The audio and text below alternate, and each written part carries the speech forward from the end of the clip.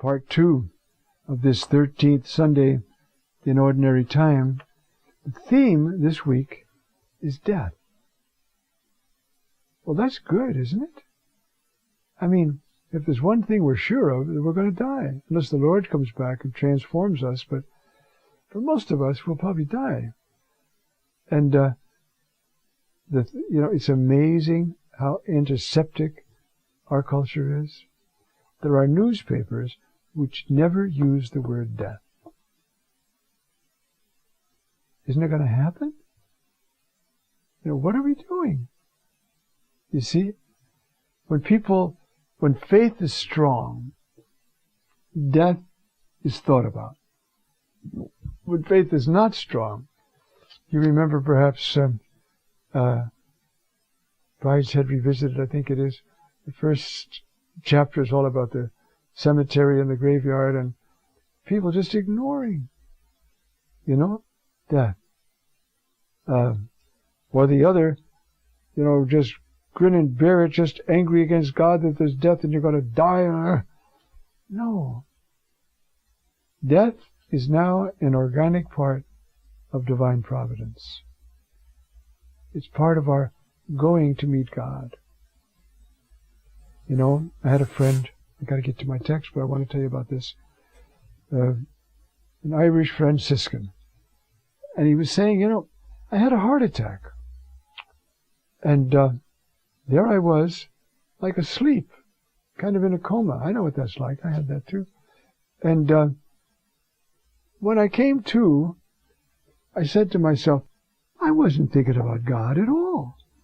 And he was a very holy man. He said, I'm going to practice.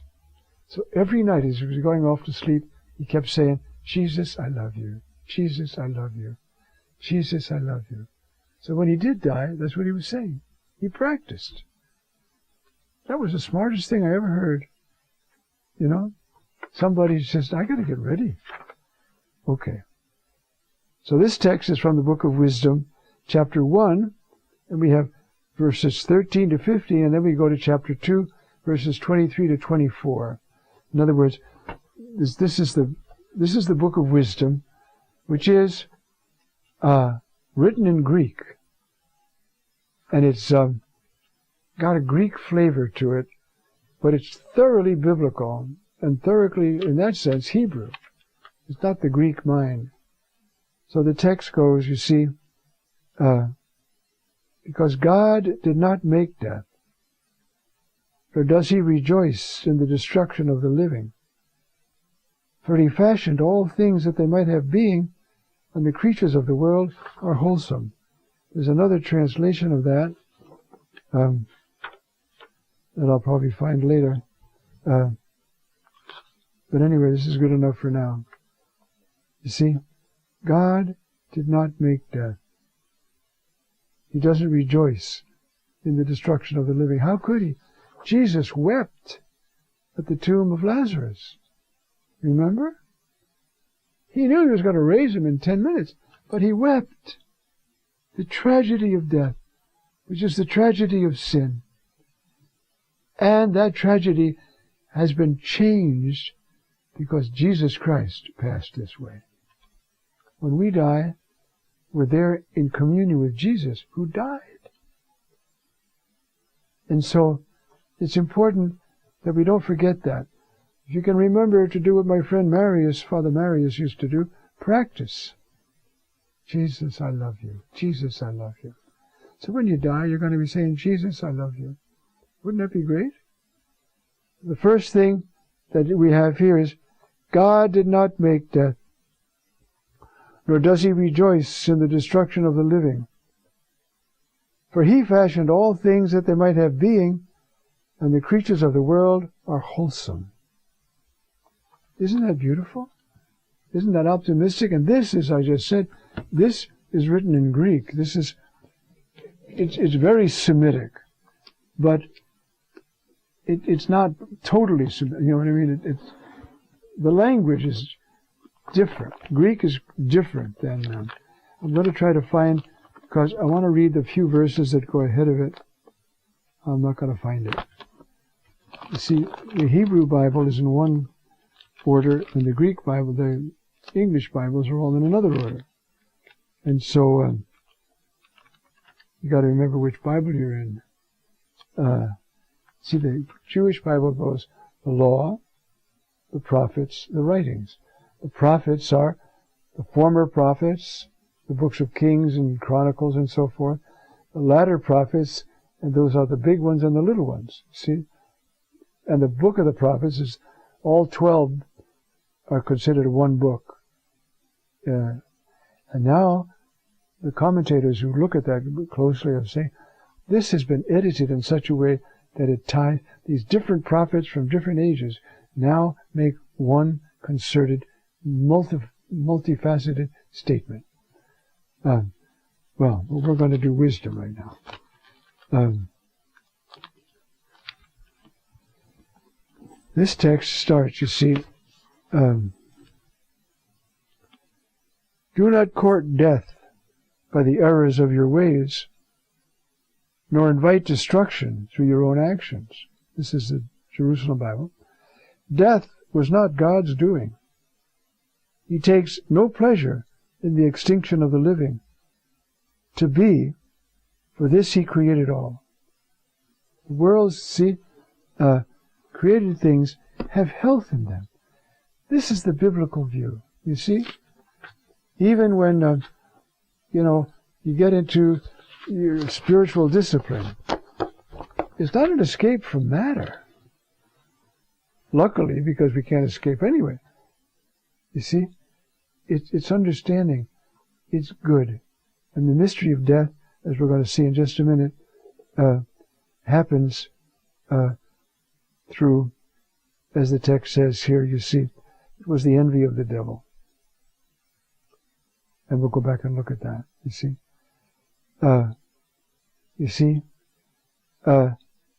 He fashioned all things that they might have being, you see. And the creatures of the world are wholesome. There is not a destructive drug among them, nor any domain of Hades on earth. God made this world good, and with all the sin and all the mess, it's still good. Who understands that best? Those who revel in the world and never look up? No. Those who love God and serve Him. You've all met, look at families. Huh? You've all met families, 10, 12 kids, and their goal is God, but they love this world. And they take care of this world. And they take care of their neighbors. You see, even in the world of sin, there is beauty by the grace of Christ. St. John Chrysostom used to say, thanks be to God that by the grace of God there is so much goodness in man. And so we're reading about death, and this beautiful text is preparing us to understand the gospel, which is the raising of the daughter of Jairus. So there is nothing, wrong with what's been created. In fact, for righteousness is undying. We'll come back to that. Righteousness is undying. You can't kill holiness. See? For God formed us to be imperishable. The image of His own nature, He made us all. But by the envy of the devil, death entered the world, and those who are allied with him experience it.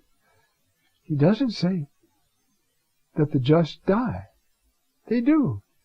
But they die differently because death is separation from God. Our bodies are under the weight of that ever since the original sin, which is what he's talking about. The devil was jealous. He's in hell. And these little things made out of matter are walking around with God's life in them. I got to get it out of them. And he tricked them.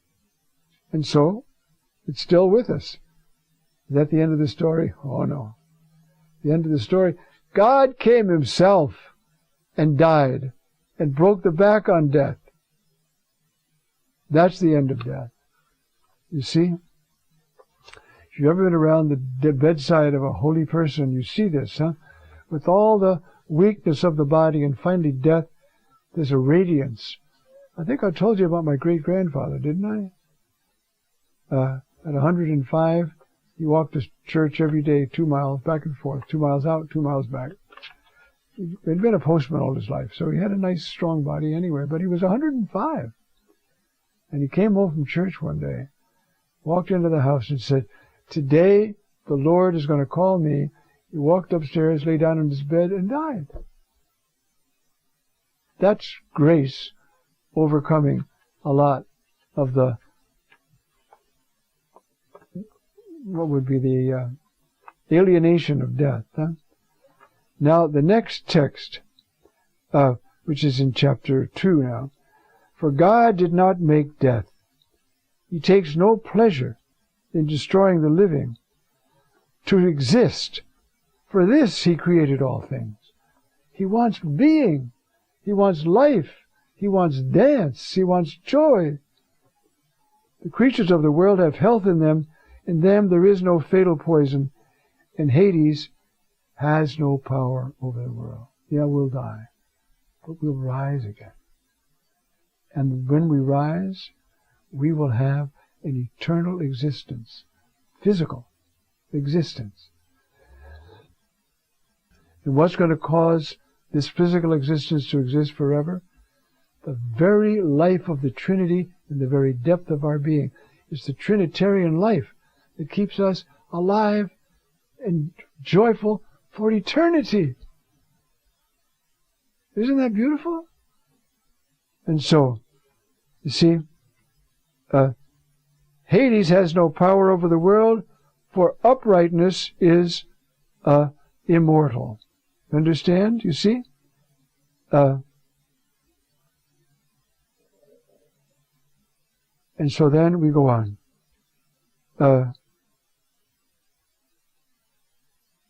God created human beings to be immortal. He made them as an image of His own nature.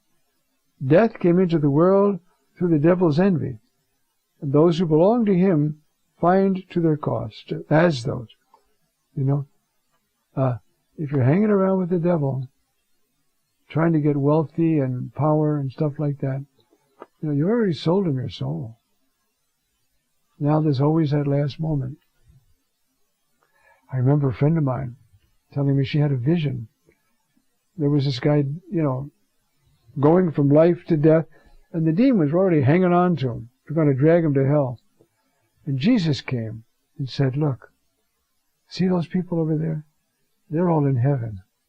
They're waiting for you. Just accept me, and you'll be there." And the guy spit in his face. And they dragged him off to hell forever. Nobody goes to hell unless they want to. But we can get so hard that we want to.